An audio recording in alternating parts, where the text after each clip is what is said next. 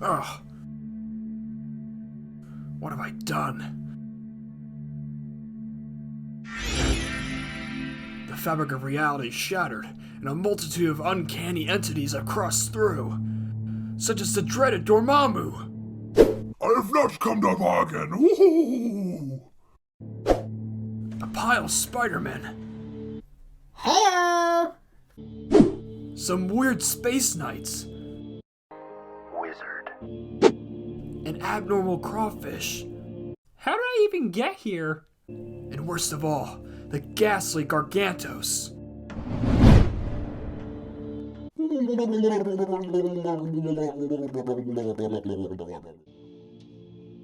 What did I tell you about the multiverse, Strange? Wong, I know that I screwed up, but look, I had to know if I had the best goatee across all realities. That's a pathetic excuse, Strange, really. Whatever, it's not important now. We're the only chance of stopping this madness, but it's too much for the both of us to face alone. If only there was someone that could help.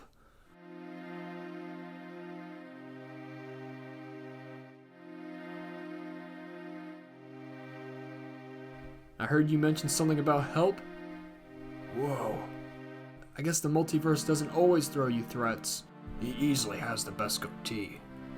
Quiet, you. We're here to help. Good. Then let's get to work.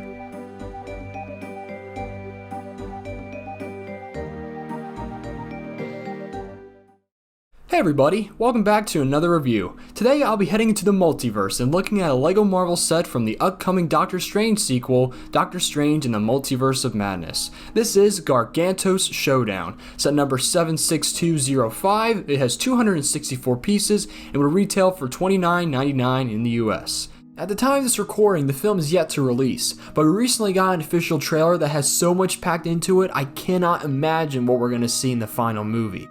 Several shots appear to show the scene the set is based on, with Doctor Strange, Wong, and America Chavez facing off against Gargantos in the streets of New York.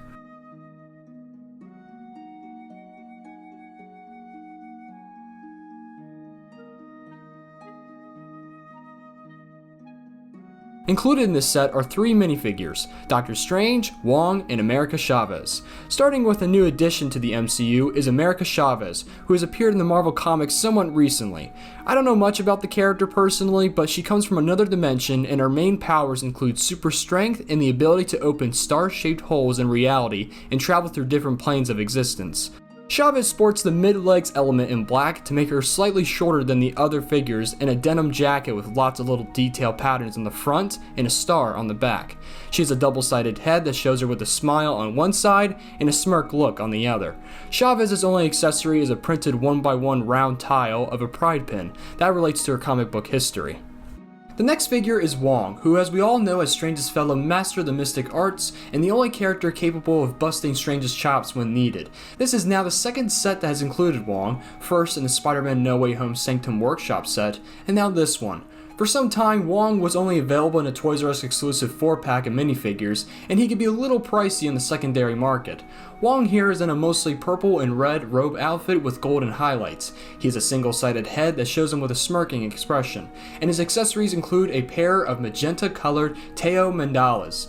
Onto our final figure as the master of mystic arts himself is Doctor Strange. Strange has a new outfit in this film that follows closer to his comic book appearance with the tunic symbol on the chest and the seal of Ashanti around his neck. I wonder why Strange still possesses the Eye of Agamotto if he doesn't even have the Time Stone anymore. Perhaps we'll have an answer when the film comes out. Doctor Strange in this set is almost identical to the one that appears in the Spider-Man No Way Home Sanctum Workshop set, aside from the new torso printing that mostly has blue with some red accents.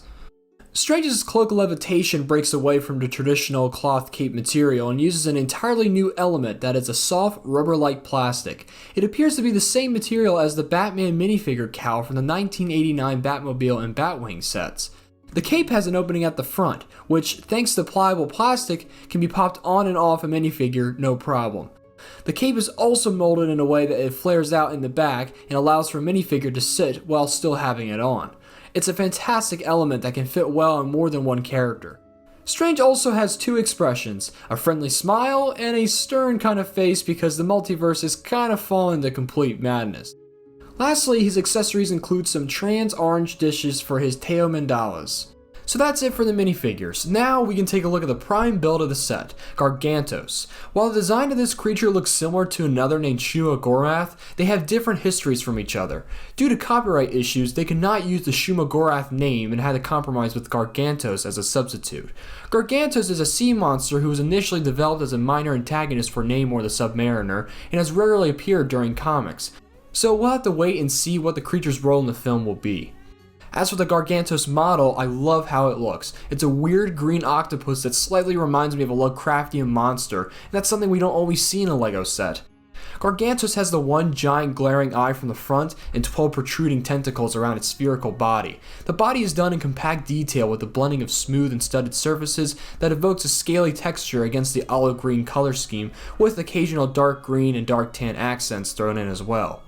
Gargantos' tentacles are made up in 3 sets of 4 arms. The first set starts at the bottom that make them out to serve as legs to support itself. The second and third sets essentially sit next to each other around the midsection. Each of those are on ball joints that allow for a decent amount of range and many posabilities for each arm. Not to mention that the open studs at the end of the tentacles can allow for minifigures and other pieces to connect into the arms. Additionally, there's a grouping of 4 smaller tentacles coming from just underneath the eye. That might just be multiple tongues, who knows. Looking at the eye though, I love how it is portrayed with this trans yellow dome piece and a 2x2 rounded printed plate to make up the eye. I also like how the eyelids are created with a 6x1 mudguard plate on each end that surround the eye and make it stand out. However, I wish the top eyelid had some kind of movement to allow for different expressions. And there's one thing worth mentioning about the build that many people picked up on, is that there's an illegal technique in the set. On the lower eyelid, it uses a mudguard plate that I mentioned earlier next to some mixel ball socket joints, but the joints don't flush against the piece and they stick out just a hair. As of right now, it doesn't seem to affect the model too much, but it's unsure if the issue will affect the pieces long term. This isn't even a complaint about the set, just something interesting about it.